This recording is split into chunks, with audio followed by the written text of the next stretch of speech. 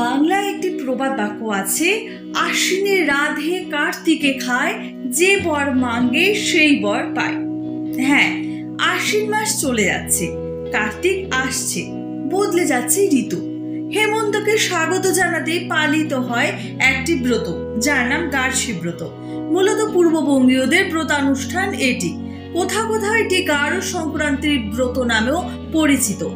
আশ্বিন মাসের সংক্রান্তিতে এই ব্রত পালন করা হয়। একদা ধর্ম নির্বিশেষে সকলে এই ব্রত পালন করত। গ্রাম বাংলার মেয়ে ও বউরা কৃষিকাজে উন্নতি ও বিভিন্ন রকমের রোগ ব্যাধি মুক্তির কামনায় এই ব্রতের প্রচলন হয়ে আসছে। আশ্বিন সংক্রান্তির আগের দিন অপরাহ্ন থেকে এই ব্রত শুরু হয়।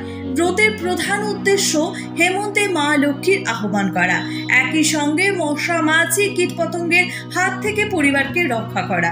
আশ্বিন সংক্রান্তির ভোরে অলক্ষ্মীকে বিদায় দিয়ে লক্ষ্মীকে আহ্বান করে বাড়ির মহিলারা।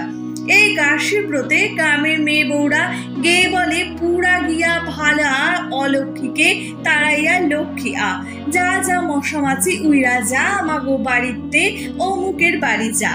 বাড়ির সমস্ত কিছু ধুয়ে উঠোনে গোবর নিকিয়ে স্নান সেরে শুদ্ধ বস্ত্রে হলুদ নিম পাতা বেটে একটি বাটিতে তুলসী তলায় সর্ষের তেল সহযোগে সারা রাতের জন্য ঢাকাবিহীন অবস্থায় রাখা হয়, যাতে হেমন্তের শিশির তাতে মিশে যায়।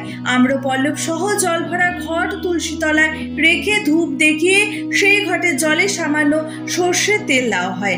আশ্বিন মাসের শেষ দিন ভোরে প্রজ্বলিত প্রদীপ সর্ষের তেল মেশানো একটি জল ভর্তি ঘটি বা গাড়ু বসিয়ে রাখা হয়।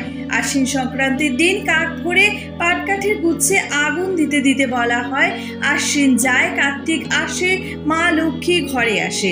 আবার কোথাও কোথাও বলা হয়, অলক্ষ্মী দূরে যাও, লক্ষ্মী ঠাকুরন ঘরে আসো। তারপর আগের দিন বেটে রাখা নিম হলুদ মেখে স্নান সেরে শুদ্ধ বস্ত্রে তুলসী তলায় ঘটের জল সামান্য নিয়ে মুখে মাখতে হবে। এরপর শুরু হয় রান্না বান্না। এই ব্রতের দিন হয় ডাল রান্না। এই ডালে বিভিন্ন ধরনের সবজি, শালুক বা শাপলা, মেটে, আলু, কচু ও থোড় দেওয়া হয়। বিভিন্ন রকমের তরকারি, ভাজা ও কচুর শাক সবই নিরামিষ পদ এদিন খাওয়া হয়। কিছুটা ডাল আবার পরের দিন খাওয়ার জন্য রাখা হয়। এটাকেই বলা হয় আশ্বিনে রাধে কার্তিকে খায়, যে বর মাঙ্গে সেই বর পায়। যদি ভিডিওটি ভালো লেগে থাকে তাহলে অবশ্যই সাবস্ক্রাইব করে লাইক, কমেন্ট এবং শেয়ার করুন। ধন্যবাদ, ভালো থাকবেন।